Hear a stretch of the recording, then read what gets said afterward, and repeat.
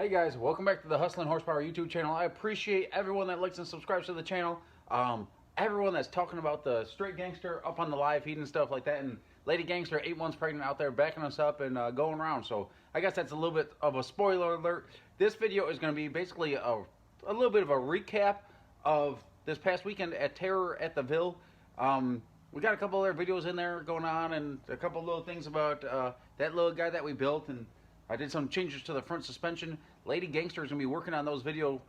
She's actually working on them today. So, this is just going to be a little bit of a recap of everything. And we appreciate everyone that's following the journey, supporting things. And, you know, we got these little straight gangster stickers. They're up on the Hustlin' Horsepower, HustlinHorsepower.com website with the merchandise and stuff like that. We don't have t-shirts just yet for straight gangster, but hopefully in the next month or so we'll be able to get those together. So also, these are some wheels my buddy let me borrow. They are for sale. They're 5 by 4 3/4, 6 or 6.5 inch backspace. I gotta double check. Built or for a F-body Camaro. Built specialties, double beadlocks. Pretty good piece. HustlinHorsepower@yahoo.com. Send me an inquiry if you're interested in those. And yeah, we're going to talk about a couple things here about the little bit of a recap of Terror at the Ville.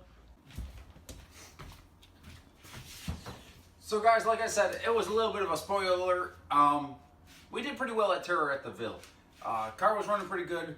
First round, we were racing Andrew Blanton, and it was, he broke the day before or something like that. I was looking forward to running him.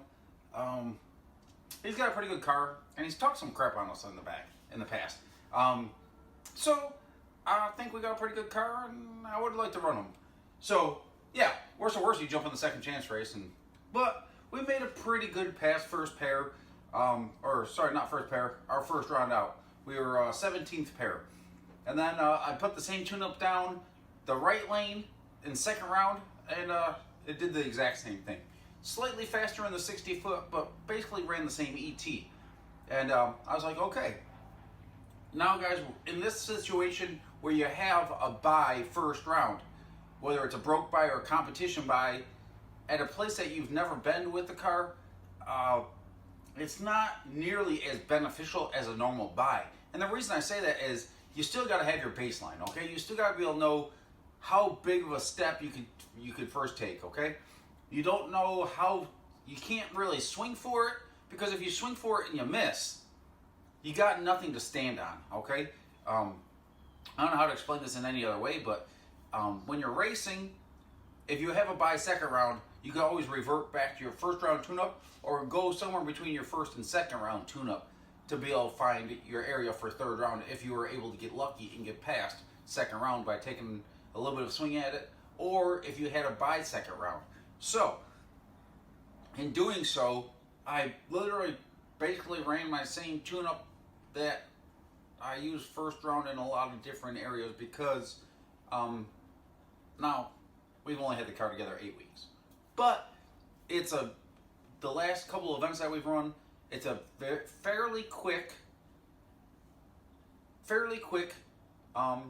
backside pass that has potential that I could pick it up if I need to. So second round was pretty good. Third round, we ran the guys from Mid-America Customs. Those guys, they show up to every race with at least 3 or 4 cars. They got a good group of people that are traveling together, and they got a lot of fast rides. I don't want to name all the rides because I don't forget some, but they got quite a few fast cars all working together, and that's kind of a slight I don't want to say a slight disadvantage. That's a huge disadvantage to basically like Lady Gangster and I that are traveling and racing different races by ourselves, and no one shares data with us. Well, I take that back. My training guy, Lonnie at Extreme Automatics, if he's at a place, he shares data with us. But I've been doing the no prep stuff a little bit longer than him. They've done a lot of front side stuff, and they've done a lot of real fast stuff with their other car. But their new Mustang that they're running, it's coming along pretty good. It's pretty quick, but on the backside stuff, he's able to give us some information about like the people that he races and stuff like that. But we're still we're still a little bit faster on the backside stuff than him. So getting back to the race a little bit, Straight Gangster's doing pretty dang good. It's a very unconventional car, but if you know me from like my past builds and stuff like that, I like doing stuff a little bit different. We built this car in 2 months and 2 days, and it's been pretty good right from the get-go. There's a lot of things when I'm building a car or when I'm doing something or making changes to a car that I basically go off of a gut instinct. I've been around this stuff for quite a long time. I've been fortunate enough to help with some pretty fast cars, and I study the sport quite a bit. And not only just drag racing, I study different aspects of motorsports as well, because we're generally doing in drag racing or any type of racing, we're basically trying to get from point A to point B faster than the next guy or faster than everyone else. So there's a lot of things that cross-reference in between deals that you're able to, no, it's not necessarily easy, but you can figure out trends and stuff like that, what people are doing in other forms of motorsports as well, and figure out tendencies and trends, basically. So, this front wing here, a couple people complained about it over the weekend, but this was one of the things that we built this past week for coming out to Crossville. Crossville is a very bumpy track, and it seemed to work pretty well. Now, we made a couple little 60 and 330 hits, but at that point, this setup ain't doing nothing there. So, it did seem to work pretty well, and it's kind of against what everyone's doing in the no prep stuff. Most people want the front end up there and friggin' flying and blah, blah, blah, going and so on and so forth, to get the maximum amount of tire pressure on the rear tire. But like I said, I do a lot of different things on this car that I do and I do not talk about. So, in our situation, for what we're doing, this setup seemed to work pretty well. Now, having a big block that makes some pretty good torque and this and that, our 60 foots have been a little bit slow. Not nearly as slow as some of you guys think, but they're a hair bit slow compared to some other people. Now, first, second, third round, all three of those 60 foots were like pretty dang tight, like boom, boom, boom. Because I run this car pretty dang consistently. I usually go out there with the transmission temperature within a 20-degree variance and the engine temperature within, about the same, just to get everything, just so I have a very good, consistent deal. If you go on and put, for example, like maple syrup, right? Or let's say your syrup. If you put it in the freezer and you try to go and put it on your waffles, it's really slow, like molasses, right? But if you put it on, after you put it on your hot pancakes or something like that for a little while, it gets really thin, okay? That's the same stuff that happens with the oil in the car, the transmission fluid in the car, and things that work like hydraulically in the car. Now, also, when the engine temperature drops down low, air temperature is one thing, but engine temperature is a totally different deal. When the air temperature gets cold or your motor gets cold, it will make more power. So, getting back to it, first 3 rounds, everything was pretty consistent, pretty good. It was doing what I asked it to do, basically to a T. And that's how we have to run this car when we're running against the quality of cars that we're running against. I can honestly say I never take a shot, or I've yet to take just a gamble at what the car's going to do. I've never, I don't like doing it that way, because I want to know what the car's going to 60 foot, what the car's going to 330 foot, and what the car's going to 8 mile an hour time and mile an hour before I let the trades brake go, because that adds to my logbook, that adds to everything else, and it's an investment into our racing down the road. So, with this torque converter, it's a very tight torque converter. So it's very critical of the temperature that I have the fluid in the transmission and so on and so forth, because it's very, very picky down low. Now, last week, like I said, Lady Gangster's working on that video. I did install dump valves, a dump valve setup on the car, but I tested it a couple times last week before the race, just out in front of the shop, and I wasn't able to get a grasp on it yet, so I didn't use it. We will be starting to use it here shortly. I'll do some testing maybe this week, maybe this weekend. I'm not sure when we're going to race next, because Yeah. So, getting back to it, when a torque converter is very tight, it's like a clutch that doesn't slip.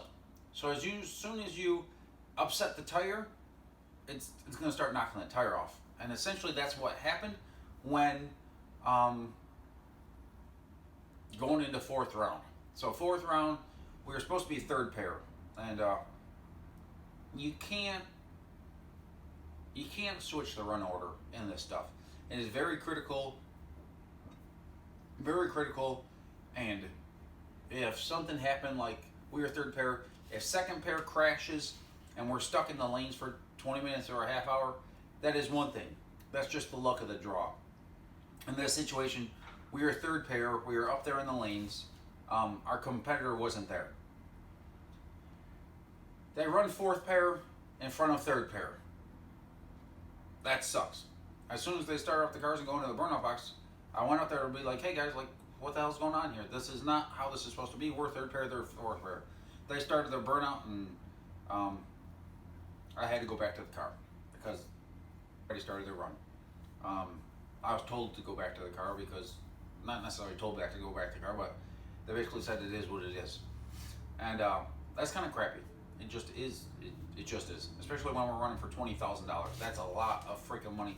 $20,000 is like, that's a lot of freaking money. A lot. So, getting back to it, they run fourth pair before third pair. Our competitor still wasn't up there, so they go and run big tire in the middle of the small tire class. And there was an unfortunate accident during big tire, in the big tire finals, during small tire quarterfinals. We had a really good car out there, and the car slowed down 0.13 in the 60 foot because our transmission temperature, the pressure in the transmission went from 104 psi to 67, or sorry, from 67 to 104, just because the temperature change and stuff like that. That is drastic. Like, that's huge. Like, absolutely massive. Same boost, same RPM, same tune-up to 200 feet out, and it slows down 0.13 to the 60 foot. That is huge. Like, literally about 60 feet out, I was pissed. I was in the car trying to make my pass. I was pissed. Like, I knew it was going to be an issue because I tried to go back to the trailer. They told us there was going to be another 15 minutes to clean up. I start walking back to the trailer to get the laptop, and they told me to come back to the car because we were racing. So, never got to make the tune-up changes, and I wasn't overly confident in the pass. If we would have ran when we were supposed to run, we would have been 2.5, 3 tenths faster. Just because that's what we were doing all day long. Okay, so I got on the scramble button. I closed it up to pretty freaking close, but he got us. Congratulations to him, I guess. But you can't switch run orders like that. You know, you can't let your engine temperature drop 30, 40 degrees. You can't let your transmission temperature drop 40 degrees. That really plays a big role into our program, and it's just that sucked. Like, there's no ifs, ands, or buts about it. Some people will say it's complaining, but that's just the logistics of it. And if it's going to be down for X amount of time, you got to tell the drivers, hey, the track's going to be down for a half hour.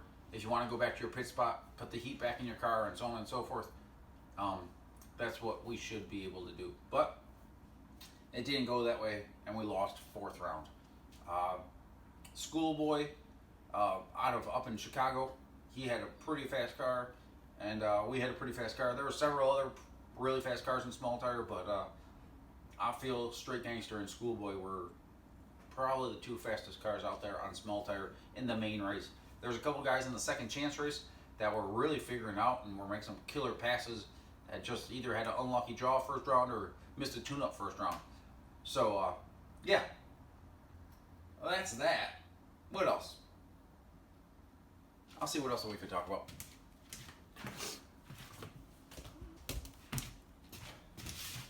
So, guys, I guess that's a little bit of a recap for you guys. of Terror at the Ville. Like I said, Lady Gangster is working on a complete video for you guys of the event that has a normal freaking event video going out for you guys. But I want to go on and do a little bit of a event recap and talk about a couple things and just overview of a couple things. So as of right now, I'm not sure exactly what event we're going to run next. As of now, we don't have the call to do Mega Cash Days, which is starting in just a few weeks. But if we don't get invited with the car, I'll probably be out there for a short period of time helping some other people, some other competitors. I understand possibly not getting invited with this car because this car is fairly new and we haven't done everything we did with this car with the old cars. But this car, it's going to be pretty good. I take that back. It's already pretty good. Not to say that with too much confidence or this or that, but we've ran some pretty good quality cars and we've held our own. Right on the front side stuff, back side stuff, it's making some pretty good progress. And once we get this car, that first 40 feet, 50 feet figured out, probably gonna have to use the dump bales for it or make a converter change. There's a change I'd like to make with the car, but it's just extremely costly. But even if I had, the money to do that, I'm not sure that's the exact right place to spend the money. If I had X amount of money to throw into the car, we still have street style wheels on the car. They're very heavy. Wheels and tires the front wheels and tires are real heavy on the car. The rear tires or rear wheels are real heavy on the car. And there's some other easily bolt-on components on the car that we could save a lot of weight and rotational weight on the car. That would be a really significant change. But we're gonna have to wait until we win a race or something like that before we get find a good used set of wheels for this car and take some weight off of that. But Straight Gangster, it's been doing pretty dang well, and as of now, I'm pretty proud of the car that we built, especially in 2 months and 2 days, hanging out with some of the fast guys out there. And I think we only have maybe 2 or 3 events for the rest of the year, but we got the little Hustler on the way. She's going to be here. She's due December 19th. So yeah, we got our hands full having our first kid on the way, and we appreciate everyone that likes and subscribes to the channel, supports this journey in any way, shape, or form. We're hoping to find an apartment down here this way, but it's getting pretty damn difficult. So we might have to head up to New York to go back towards family and stuff like that for a short period of time until we find a house shop combo to purchase, or a small house that has some land that we could put up a decent sized shop, because we just can't justify spending $1,500 a month on a small apartment that's not much bigger than the toter home. So guys, we appreciate it, and we'll see y'all soon. HustlinHorsepower@yahoo.com for the email, and HustlinHorsepower.com for merchandise, stickers, and all that stuff. Guys, we appreciate it. We'll see y'all soon.